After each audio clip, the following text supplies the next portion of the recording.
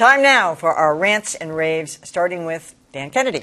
I have a rave for two students at the Beaver Country Day School who made a wonderful 4-minute-plus video called Segregation in Boston.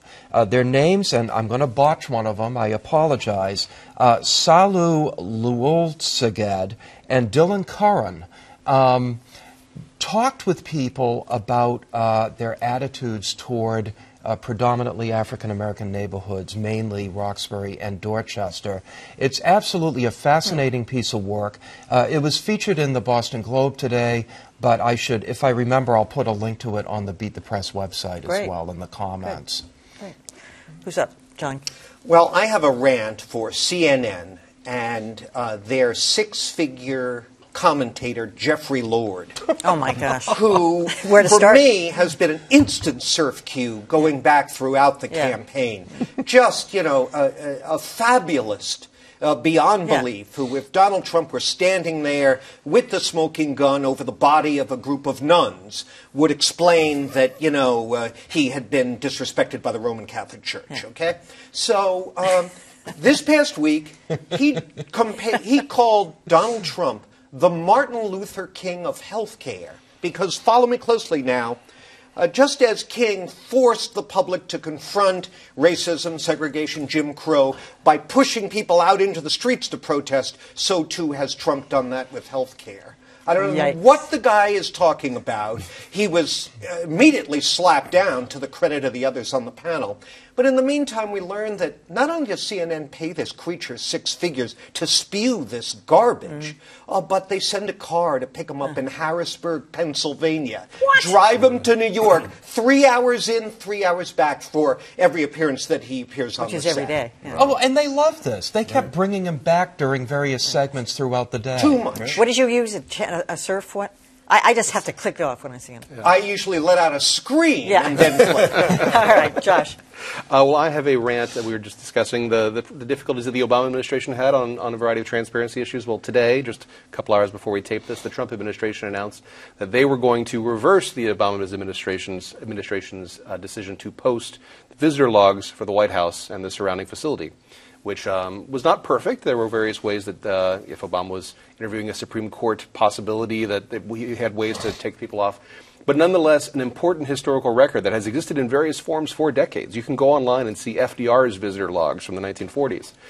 The decision was said for what I think are probably made-up terrible security risks. You mentioned who's going to the White House. Maybe. I hope the Secret Service is better than that. But also announced today that he was going to shut down Open.gov, the transparency initiative that Obama had launched, because it would save $70,000 over the next 4 years, which is an interesting sort of moment that our president in Mar-a-Lago this weekend is deciding that has to happen. One night in Mar-a-Lago. That's 2 minutes of airtime on Air Force One. Right. Yeah, exactly. All right, Dan. Well, I have a rave for Art Cullen, one of the owners of Storm Lake Times. It's a small family-owned newspaper in Iowa, and they won a Pulitzer for editorial writing. It was I smiled when I saw that for 3 reasons. First of all, it's a family-owned newspaper.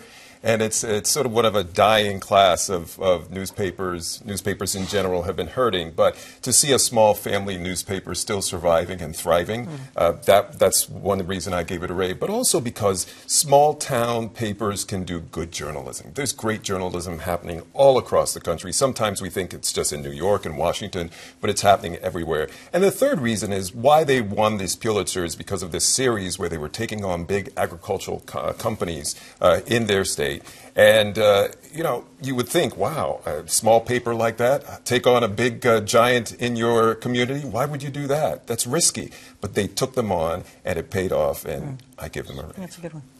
All right, well, I have a very general rant for the media, and this was yesterday when they were dropping that mother of all bombs.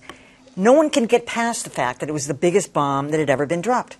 So what? As if there's some moral threshold. What if they had dropped 10 bombs that each weighed, you know, what would that have been okay? It was like it was like directed at Trump. I would say it was a critical undertone of it that the president of the United States. By the way, that bomb has been in Afghanistan for, I think, 6 months. So it's not like, Trump put it there himself. But there was some notion that, no one else would have done this. We would have done it more tastefully by dropping, as they say, 10 bombs. So. But boy, Emily, I agree with you completely. Yeah. But you don't understand. Totally How did Brian Williams put it? It's the poetry of the weapons. I could not the believe music. that. What He is said it was Cohen beautiful. talking to him, yeah. When we struck Syria, he said it was beautiful. Yeah. The 59 Tomahawks. Or You're whatever. absolutely right. Yeah. We've been bombing in Afghanistan for years, so we what's the decided difference? to use a big one. Yeah. It goes back to the Syria discussion that the United States has been in a variety of wars Yeah. for over a decade, and it's sort of faded to the background. We don't have it in our face every day. I think the technical term is it's a really big bomb.